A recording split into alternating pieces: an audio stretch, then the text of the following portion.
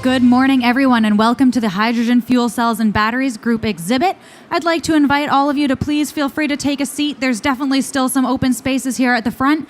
Enjoy a coffee, juice, or water while you watch our next presentation. I'd also like to welcome all of the people who are viewing our live stream and remind all of our audience that the video will be available afterwards. You just need to go to the Hydrogen Fuel Cells Fair website and you'll be able to watch it in case you miss any of the details.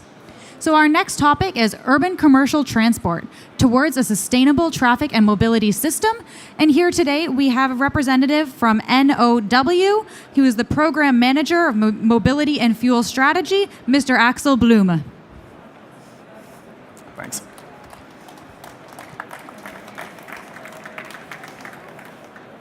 So hello everyone. Thanks for the opportunity to give a little speech. I want to start with a slide I think you may know already, so I will wrap it up a little bit.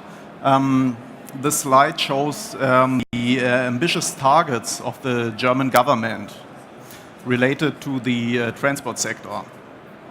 The German government has set the target of reducing the emissions of CO2 by 2030 up to 40%, and by 2050 up to 80 to 95%, which means it's nearly a complete decarbonization of the transport system up to 2050.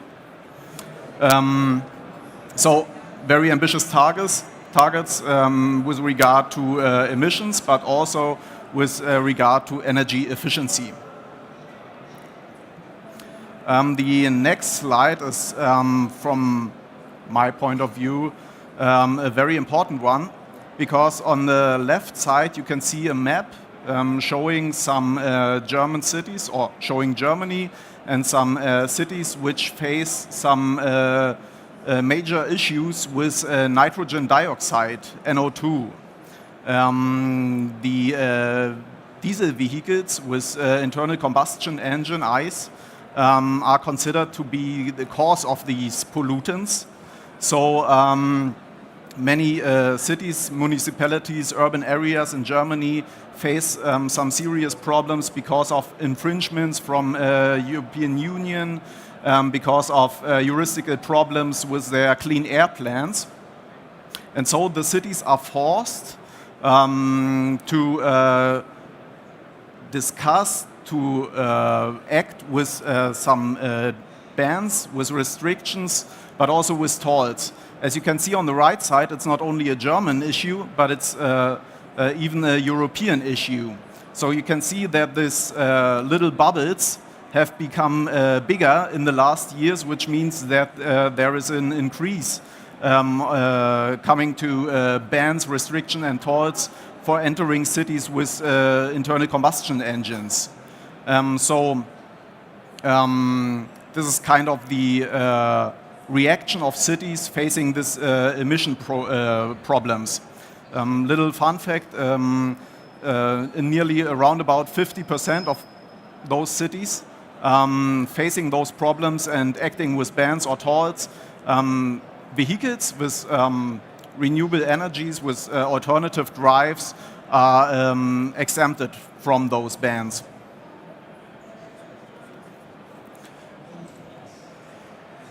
So this slide has also some major informations showing on the left and also on the right side that the projections for the next 10, 20 years for the transport are growing very fast. So you can see with those little small pictures that lorries, ships, aviation is growing rapidly in the next year. most because of e-commerce and due to other developments. So we will see a rapid growth of freight and transport, not only in municipalities, but also and especially there. So another issue combined with that is that a relatively high share of total urban transport is accounted by the commercial traffic. So round about 40% of total urban transport is accounted for commercial transport. And another fact is that in Germany, nearly 2/3 of the newly registered vehicles take place in the commercial sector. So taking all this into account leads me to the relatively simple thesis that kind of market penetration with alternative fuels in the urban commercial transport sector would lead to a massive impact with regard to emissions, but also with regard to final energy consumption. When talking about alternative drives and fuels, from my point of view within this presentation, I mean battery electric vehicles, BEV, I mean hydrogen fuel cell vehicles, compressed natural gas, and vehicles with liquefied natural gas. As you can see on the numbers below in the slide, we have round about 120,000 battery electric vehicles, including plug-in hybrid electric vehicles. We have some 100 hydrogen fuel cell electric vehicles, round about 90,000 compressed natural gas vehicles, and round about 20 LNG lorries. And below you can see also the corresponding infrastructure. So the problem is that it is a market still in its infancy if you compare it with the total passenger car stock in Germany of around about 46 million cars. So it's a long way to go to reach any kind of market penetration in the sector of alternative fuels, especially in urban commercial transport. So this is the slide where I come to represent my organization. The NOW is the National Organization for Hydrogen and Fuel Cell Technology. It's a German state-owned company, and our main activity is the coordination and management of funding programs related to hydrogen, related to battery electric vehicles, the infrastructure, and charging infrastructure and refueling infrastructure. Also the mobility and fuel strategy of the Ministry of Transport and Digital Infrastructure, which covers also biofuels and natural gas mobility. So within this scope, NOW was in charge with coordinating funding programs to speed up the market ramp up of vehicles with alternative drives and fuels in the last years. And we have been very successful with implementing nearly 4,000 to 5,000 electric vehicles to the roads, more than 300 hydrogen-fueled vehicles, and lots of gas-fueled vehicles within the NOW coordinated programs. But NOW is doing more than managing and coordinating of funding programs. We are also in charge for consulting, evolving strategies, also networking and remoting synergies with bringing together different actors from different fields. So within this scope, we organized a workshop last year because we had the feeling that we have to do something in this urban commercial transport sector, because this is a niche where relatively low dynamic is because we are not looking at the car level, we are looking at the vehicle level, the lorry level. So this means a higher amount of cars and some more actions we have to take. So I have to add a little disclaimer. On the following slides, I will represent some of the results, analyses, and recommendations of the workshop. But the results I will present today are not necessarily the opinion of the NOW. So this means we had some nearly 30 actors from all the branches related to this, like logistics, commercial vehicle manufacturers, politics, and science.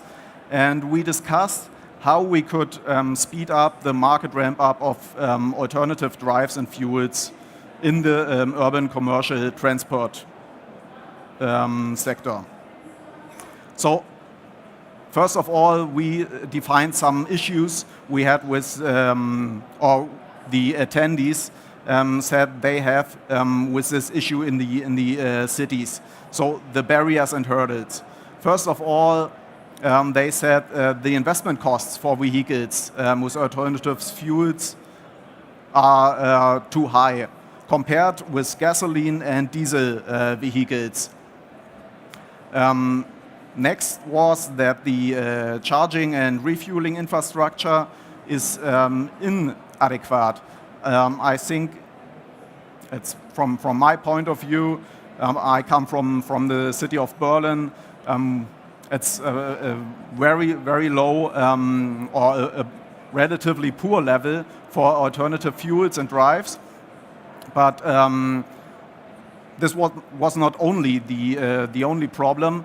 The actors also said they have problems with receiving neutral informations. This means information's not coming from manufacturers or coming from some NGOs or something. They are looking for information they can trust, especially on the issue of fuel consumption, the range of, for example, electric vehicles, the emissions, tank to wheel as well as well to wheel, and the costs, which means not only the investment cost, but especially the total cost of ownership. And last but not least, the residual values, which is very important for leasing such cars. So these were the barriers we discussed, but we did not only discuss the negative things, we also discussed some solutions from our point of view. As you can see on the left side, we try to use some ultra hip and modern flip charts and some kind of piece of art. No, to be honest, we try to define some recommendations, and I listed some on the right side. You can see, from my point of view, one very important one is the issue of certification of green and quiet logistic.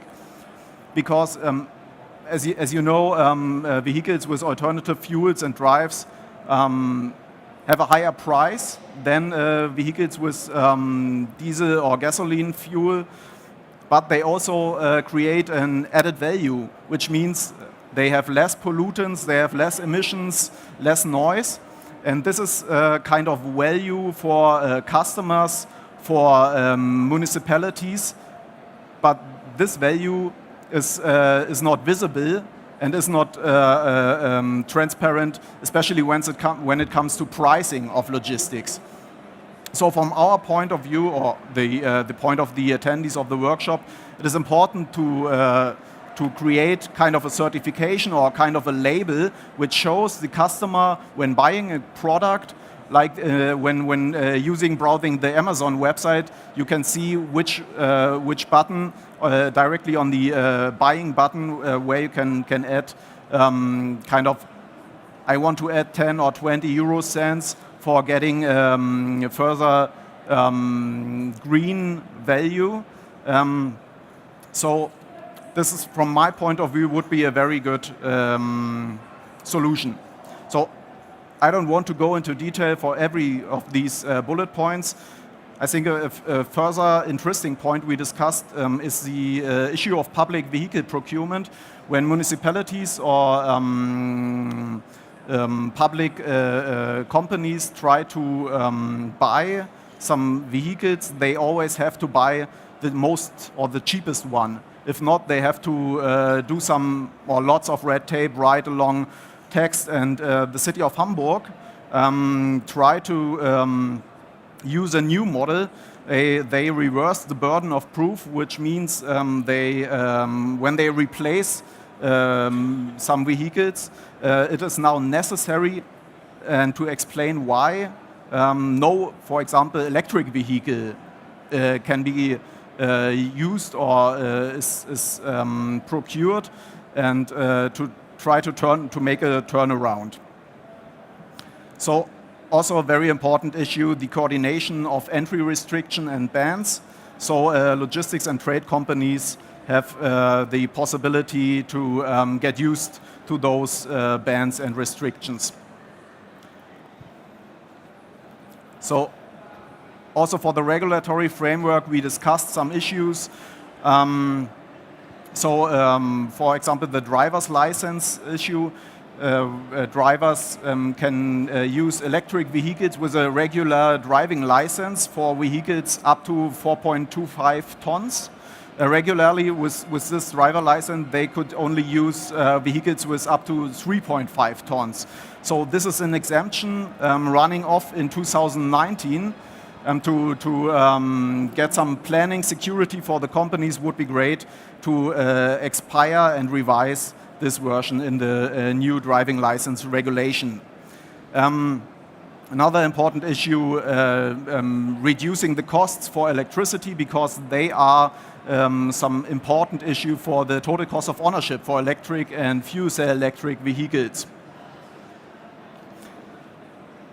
So coming to the end, I tried to give you a little brief overview about this data on urban commercial transport. If you are interested in more information, you can visit our stand in this hall at B59. You can browse to the NOW website, where you can find the brochure for this workshop, and you can find some central data monitoring for the funded electric vehicles, where you can see some neutral information on range and charging and so on for the vehicles.